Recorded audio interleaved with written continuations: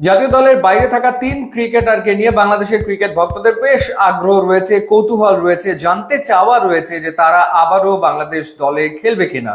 মোসাদ্দেক হোসেন সৈকত, সাইফ হাসান এবং সাব্বির রহমান, এই তিনজনকে নিয়ে একটুখানি আলোচনা করতে চাই। শুরুটা করতে চাই মোসাদ্দেক হোসেন সৈকতকে নিয়ে।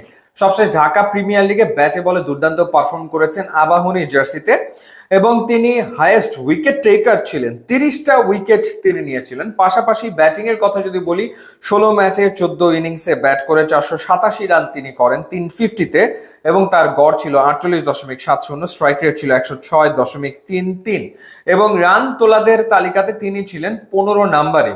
সো ব্যাটে বলে পারফর্ম করার কারণে তখন থেকেই আসলে এই আলোচনাটা শুরু হয়। নির্বাচকদেরও বারবার এই প্রশ্নের উত্তর দেওয়া লেগেছে যে মোসাদ্দেক হোসেন সৈকতকে জাতীয় দলে বিবেচনা করা হবে কিনা। আমার কাছে মনে হয় যে টি-20 ফরম্যাটে মোসাদ্দেক হোসেন সৈকতকে হয়তো ভাবা হবে না, যদিও তিনি একসময় বাংলাদেশের টি-20 দলের অধিনায়কও ছিলেন।